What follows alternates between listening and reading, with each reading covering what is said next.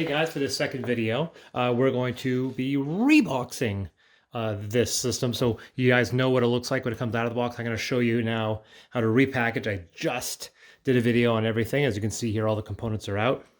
So there's our die. There is our day tracker token. Day tracker token goes there. Die can actually go anywhere, but it seems to fit there just fine. When we see these two trays, obviously there's a possibility for expansions because we have more than enough space. Here are all the cards, and then that fits right there, and there's more than enough room.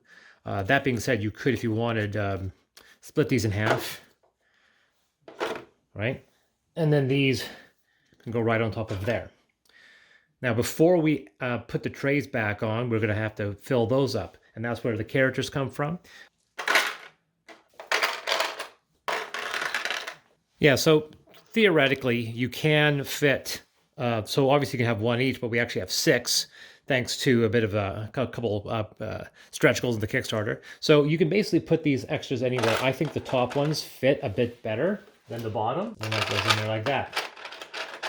Theoretically, if we had additional characters, they could fit 2 more in there. Now at this point, these trays can go in, but we're going to punch through these cards. I'm going to show you how to put these in here in just a second. But for now, let's go to the cards, which, as you can imagine, are going right across from here. We have the cheese cards. There is no preferential arrangement of where you want these to go.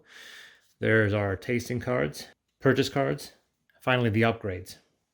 And they fit there. As I say, more than enough room. Yeah, you could, there might be a little bit extra room for sleeving, but that wasn't really a priority. Same thing here. I think there's just enough room for sleeves. Then the rest of the space is being taken up by the bottles.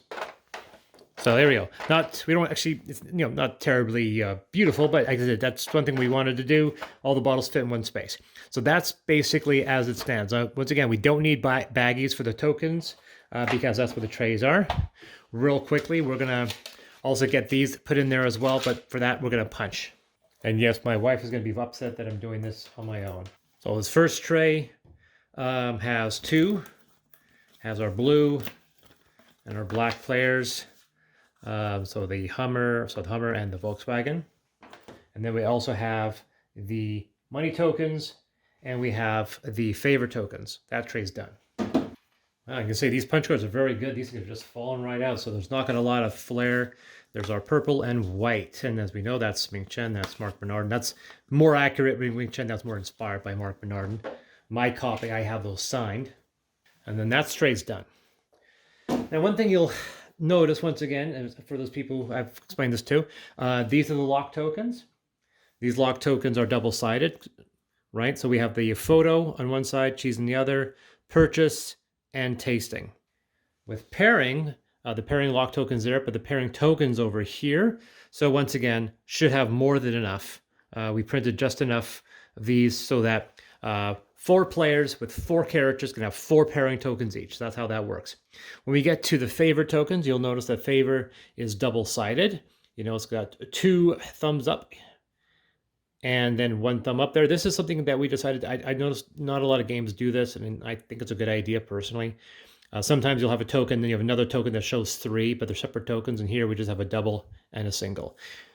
And then finally, for the photo, same thing. 1 token here, 2 tokens here. So if you get more, you can just flip that one over. And if you're spending money, you don't have to take care. You can take care of that, flip that one over to a 1, and so forth. Trays have 1, 2, 3, 4, 5, 6 spots. We have 1, 2, 3, 4, 5, 6 positions, but we have 2 trays. Now there was one we could have made 1 big tray, but I like the idea of 2 separate trays on either side of a board. That's what I envisioned. That's what I think.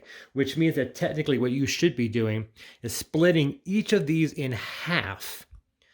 Half going to 1 tray, half in the other. I know people are required to throw all the cheese in 1 and spread it over 2, but this technically is designed in such a way that you put half the tokens here, half the tokens here.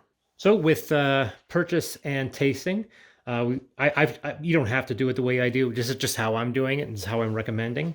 There are 30 of these tokens, so 15 of each. And I like putting them in the same chamber, so there's no confusion. So for some reason, this is probably a regret of mine, there's actually 25, so there's an uneven number of these pairing tokens here. So same thing, half and half. So obviously in this situation, one of these is going to have 1 extra token. That being said, once again, when we get to these tokens, there's 30 of the photo tokens, so 15 on each side.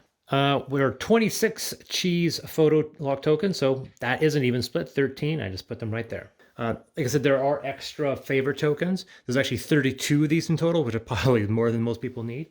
So I'm going to put 16 in each of these trays. Like obviously these ones in the bottom are slightly larger, so that helps. So the most tokens we have of one type is the prestige tokens. There's 40 of those. So they get the biggest chamber and they get 20 tokens each. And then there you go. So these should be able to fit quite nicely. Boom. So one goes here, one goes there. So now we have the character trays, so it's the character boards and the character trays. So one on each tray, 2 extras on top, and that goes in there. Now, if you do it that way, you actually make a bit more room, because this is basically what the board sits on top of. So you can see if you put them on top, you don't have enough room. So, so in this situation, you definitely want to stagger the trays. So one tray, one of these, and so forth. And you can even reverse one of the trays. Sorry. Have it that way as well. So yeah, so that's the preferred optimal thing. One tray work card, and then you put the 2 extra cards on top. Boom, so that's done. Next thing, the board. So as we can see here, there is a little bit of an indent across, and so that should fit their board just nicely. If it doesn't, maybe it should be this way, right? But that's basically how it's supposed to fit. Let's get that in there. Yeah, there we go. So that fits in. It should be secured. Finally, the manuals. 1, 2, 3. And there you go. Perfectly flat. Okay. There's also something called a Bowles mark, in case you're wondering. Flip that puppy over. Boom. Straight up. That tells you which end is.